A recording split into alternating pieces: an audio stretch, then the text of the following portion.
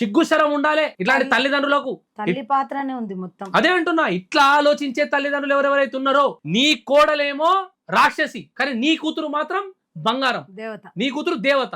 నీ కూతురు చేస్తేనేమో మంచి, నీ కూతురు ఒకవేళ ఇల్లు నిడిచి బయట పోయి కాపురం పెట్టుకుంటేనేమో అయ్యో కష్టాలు భరించలేక బయట పోయి ఉంటుందంటావు. అదే ఒకవేళ నీ కోడలు గనక ఒకవేళ బయట పోయి కాపురం పెట్టుకుంటే చూసినావా తల్లిని కొడుకుని దూరం చేసిన రాక్షసి అంటావు. బయట వాళ్ళు చేస్తేనేమో వ్యభిచారులు, ఇంట్లో చేస్తే పతివ్రతలా. ఇట్లాంటి ఆలోచన ఉన్న తల్లిదండ్రులు ఉన్నంత కాలం పిల్లలు మంచిగా ఉండరు. తల్లిదండ్రుల ఆశయం ఒకటే ఉండాలి, పిల్లలు మంచిగా ఉండాలని ఆలోచనతో ఉండాలి. కానీ పిల్లల జీవితాలను నాశనం చేసే ప్రయత్నాలు చేసుడు ఇవన్నీ.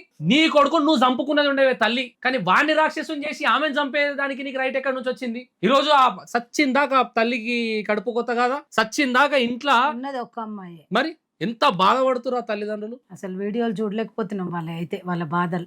మరి ఆయన అమ్మాయి కూడా చిన్న అమ్మాయి కదా, చిన్న పిల్ల.